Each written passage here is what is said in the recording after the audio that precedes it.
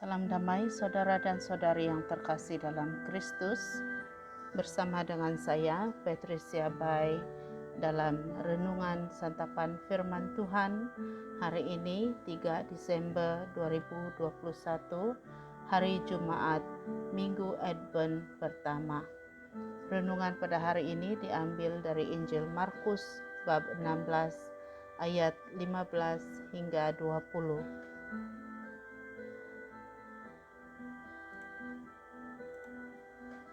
Pada suatu hari, Yesus yang bangkit dari antara orang mati menampakkan diri kepada ke-11 murid dan berkata kepada mereka, "Pergilah ke seluruh dunia, beritakanlah Injil kepada segala makhluk. Siapa yang percaya dan dibaptis akan diselamatkan, tetapi siapa yang tidak percaya akan dihukum. Tanda-tanda ini akan menyertai orang-orang yang percaya. Mereka akan mengusir setan-setan demi namaku. Mereka akan berbicara dalam bahasa-bahasa yang baru bagi mereka. Mereka akan memegang ular dan sekalipun minum racun maut, mereka tidak akan mendapat celaka. Mereka akan meletakkan tangannya atas orang sakit dan orang itu akan sembuh." Sesudah berbicara demikian kepada mereka, terangkatlah Tuhan Yesus ke surga, lalu duduk di sebelah kanan Allah. Maka pergilah para murid memberitakan Injil ke segala penjuru, dan Tuhan turut bekerja dan meneguhkan firman itu dengan tanda-tanda yang menyertainya. Demikianlah Injil Tuhan. Terpujilah Kristus.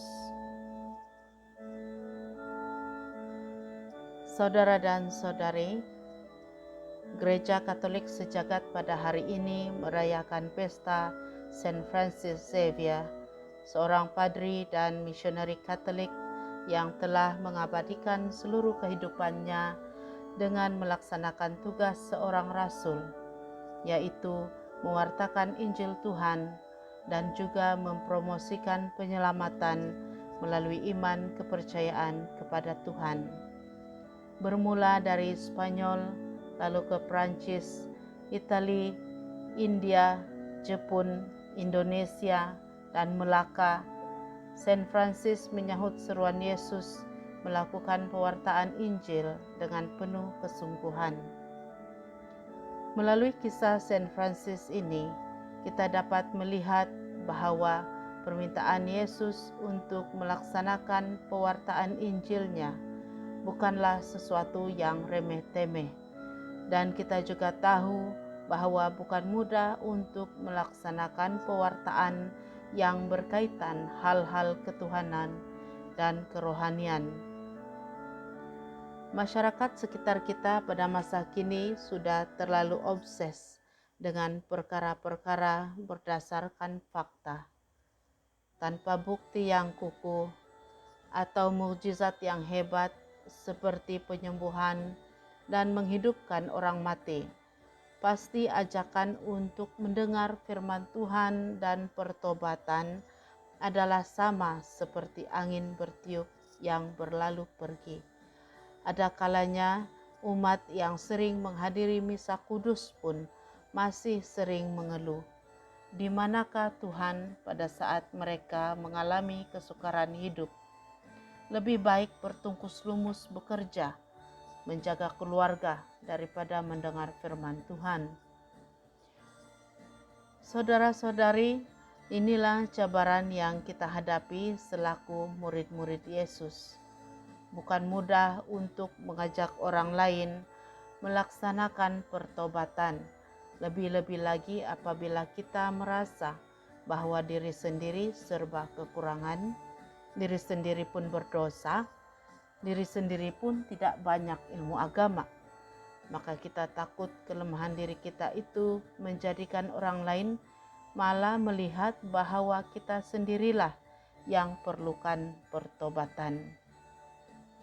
Maka dari itu, saudara dan saudari, kita harus memahami bahwa setiap daripada kita dipanggil ke dalam pelayanan Yesus melalui beberapa cara yang istimewa. Kita dipanggil untuk menjadi Kristus kecil yang dapat memberitahu dan menyebarkan kasih Tuhan dan penjagaannya kepada umatnya di dunia.